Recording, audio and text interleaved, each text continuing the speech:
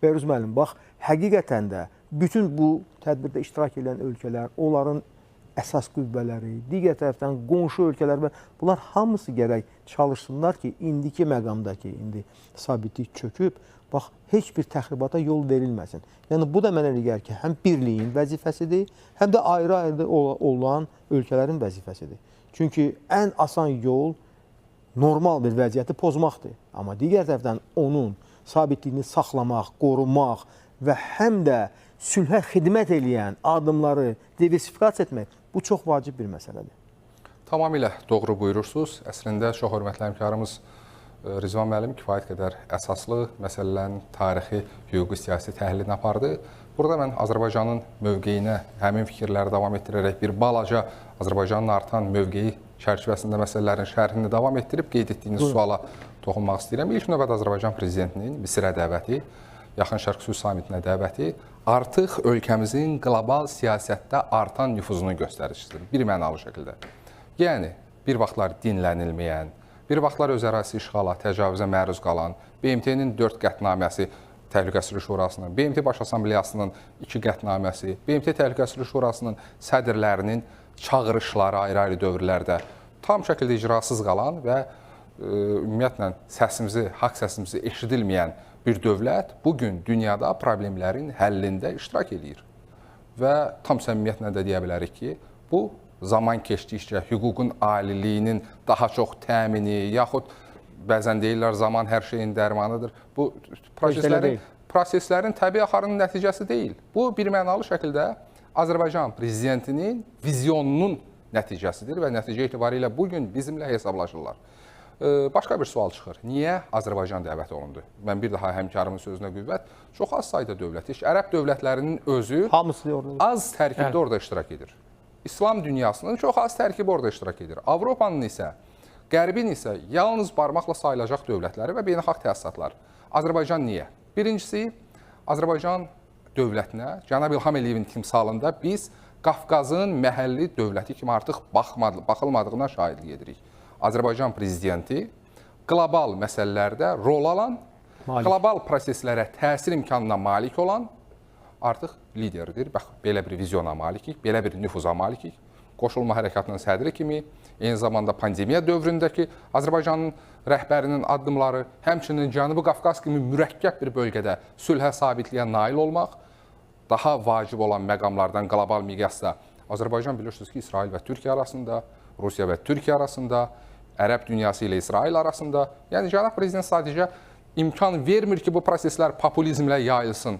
Proseslərin yalnız icrası ilə və yön verməsi ilə məşğuldur. Kifayət qədər önəmli deməli, vasitəçilik rolunu oynayıb və çox ciddi nəticələrə də gəlib çıxıb. Eyni zamanda bugün İslam dünyasında İsraillə də kifayət qədər sağlam münasibətlər qura biləcək, qura bilmiş dövlətlərdən biri, bəlkə də birincisi Azərbaycandır. Həmçinin Fələstinə münasibətdə hər hansı formada beynəlxalq hüququ, digər dövlətlərin haqq və azadlıqlarını, mənafelerini tapdamadan sağlam və cəsarətli mövqeyi Azərbaycan prezidenti bildirib.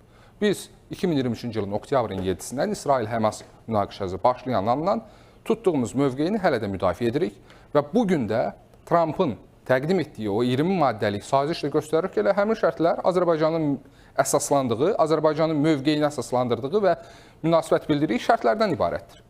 Belə bir məqamda təbii ki, Azərbaycan orada eşidiləcək. Həmçinin Azərbaycanın özünün nümunəsi var. Baxın, indi de facto sülhdür, faktiki bir neçə gündə artıq silahı yerə qoyublarsa da, görün orada nə vəziyyətdir hər tərəf. Xarabalıqlar, dağıntılar, insanlar hansı ərazilərə qayıdır o qaçanlar. Amma bir də Azərbaycan nümunəsinə baxın. Bizim bir soydaşımız olsun, artıq 60 minə yaxın vətəndaşımız Qarabağa qayıdıb, Şərqi Zəngəzura qayıdıb.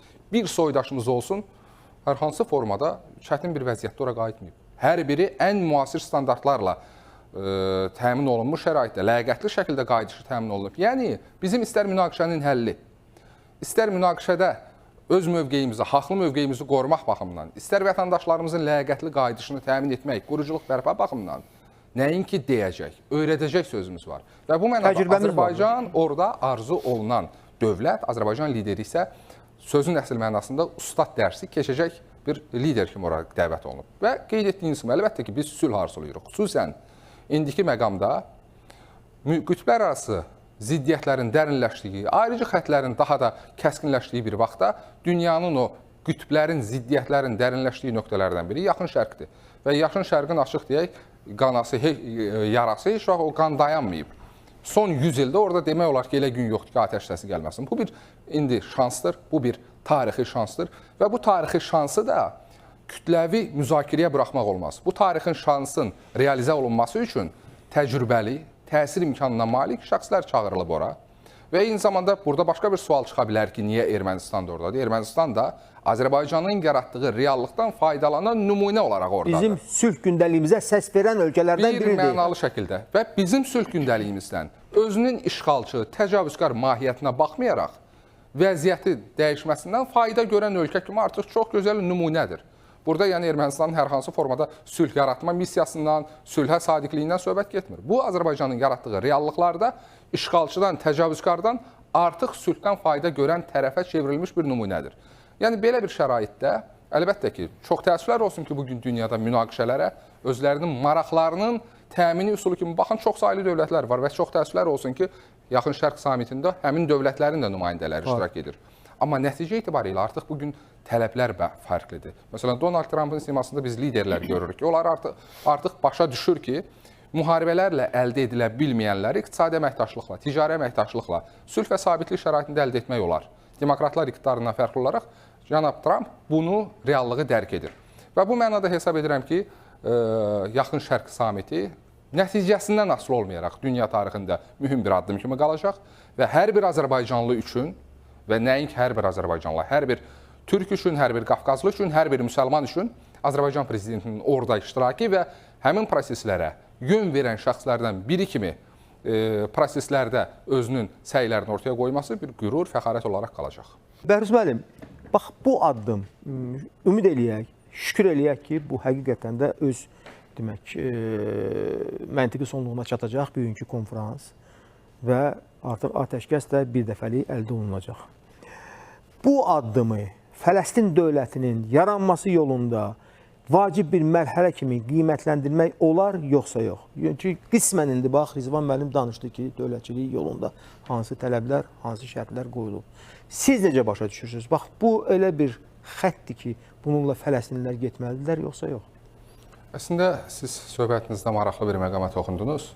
Bugün sülh samitində iştirak edib, amma Fələstinlə bağlı aydın mövqeyi olmayanlar, yaxud Fələstinin müstəqil dövlət kimi mövcudluğunu istəməyənlər, həmçinin, amma nəticə etibarilə baxın, aşağı-yuxarı bunu biz müqayisə edə bilərik elə Azərbaycanın özünün haqq işi ilə ki, Azərbaycan BMT Təhlükəsizlik Şurasının qətnamələrini yerinə yetirdi. Yəni, əgər BMT-nin 47-ci il qətnaməsində iki dövlət prinsipi varsa və kifayət qədər aydın məqamlar müəyyənləşdirilibsə və korrekt, praqmatik bir yanaşma ortaya qoyulubsa, bugün əslində biz sülhün əldə edilməsi Yaxın Şərqdə, bu əslində BMT-nin qətnaməsinin yerinə getirilməsi olacaq. Yəni, BMT-nin ümumi bəşəri dəyərləri rəhbər tutaraq, beynəlxalq hüququn ümumi tanınmış normalarında əksini tapan prinsiplərə rəhbər tutaraq, əslində həmin qətnamənin icrasına nail olmaq demək olacaq. Və bu prosesdə Amerika Birləşmiş Ştatlarının öncülük etməsi özlüyündə çox vacib və müsbət haldır. Ona görə ki, uzun dövrlər ərzində elə Fələstin dövlətinin, daha dəqiq desək, burada Fələstin üzərinə fokuslanmayaq, BMT qətnaməsinin yerinə yetirilməməsi qarşısında əngəllərdən biri kimi Amerika Birləşmiş Ştatları xüsusən zamanla bu məsələyə xüsusi belə deyək, aydın mövqe olmayan ayrı-ayrı demokrat liderlər dayanıb. Zaman-zaman düzdür, respublikaçılarda da bu mövqeyi nümayiş etdirənlərlə qarşılaşmışıq. İkincisi, bu prosesdə artıq yalnız əvvəlki dövrlərdən fərqli olaraq, bilirsiniz ki, əvvəllər dünyanı 7 qütbdə, zaman-zaman 8 qütbdə görürdülər və sanki bütün dünyanın yükü problemləri və həlli həmin o 7 sütun üzərində, 8 sütun üzərində dayanmışdı. Amma bugün artıq samitə diqqət edəndə daha praqmatik yanaşma var. Azərbaycanın timsalında biz bunu görürük, Türkiyənin timsalında bunu görürük, Bəhreynin timsalında, Birləşmiş Ərəb Əmirliyinin, Yordaniyanın timsalında, Yunanistanın, İtaliyanın və s. Yəni, bu deməkdir ki, artıq yanaşma daha doğru istiqamətdəndir. Yanaşma o ənənəvi prototiplərə əsaslanmır. Yanaşma bu prosesə effektiv təsir edə bilən və çevik nəticəyə gətirib çıxara bilən bir formul üzərindədir. Bu mənada əlbəttə ki, ümumi format çox müsbətdir. Amma bəzi məsələlər skeptik düşünməyə əsas verir. sülhün taleyi ilə bağlı skeptik yanaşmaların hələ də yer almasına əsas verir. Bu nədir? Bu ilk növbədə Yaxın Şərqin özünün coğrafi mövqeyi ilə və orada illərlə kök salan miflər və eyni zamanda ideologiya ilə bağlıdır. Bilirsiniz, Yaxın Şərq kifayət qədər orada xalqlar iç-içə yaşayır və kifayət qədər bu qırğınlardan sonra və üstəlik əvvəlki dövrlərdən fərqli olaraq bu qarşılıqlı qırğınlar, istər Həmasın hücumu, istər İsrailin addımları, bu prosesdə artıq o qədər audiovizual sənətləşmə güclü olub ki, qarşılıqlı etimad mühitinin formalaşması özlüyündə çox ciddi problemdir. Digər tərəfdən, Yaxın Şərqdə ətraf dövlətlərin özündə stabillik, siyasi stabillik, həmçinin bütövlükdə dünya ilə əlaqələr tam sabit hesab edilə bilməz. Bu məqamlar müəyyən şübhələr ortaya qoysa da, amma bir daha deyirəm, formatın doğruluğu və proses iştirakçılarının kifayət qədər uğurlu seçimi müəyyən ümidlərlə danışmağa əsas verir. Əgər bölgədə sizin dediyiniz kimi və hamımızın arzuladığı kimi yekun sülhə, de facto sülhün tədricən de jure formata və dayanıqlı bir sülhə nail olması ilə nəticələnsə, bu artıq tam yeni dünya düzəni olmuş olacaq. Bu artıq Cənubi Qafqaz, bizim bölgədən tutmuş Afrikaya qədər bütövlükdə yeni bir epoxanın başlamasına gətirib çıxaracaq və cənab Trump bu iddiadadır. Ağ Evin bilirsiniz ki, yaydığı açıqlamada da qeyd olunur ki, sülh sazişi artıq, daha doğrusu sülh samiti özlüyündə yeni bir epoxa deməkdir.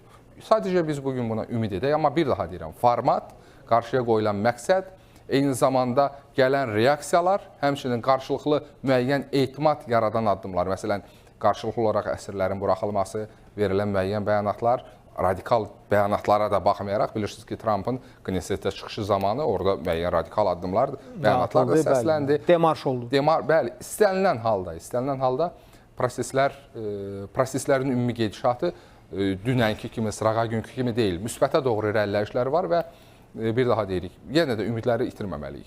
Yəni, humanitar, belə deyək, bloka aid məsələlər də artıq həllini tapır, mübadilə Bu baş verir. kifayət qədər ciddi məsələlərdir, çünki Qəzza ilə bağlı ən böyük problem, siyasi məsələlər var orada, ərazi məsələləri var orada, qarşılıqlı iddialar var, amma ən böyük problem insan, bəşəri problemidir.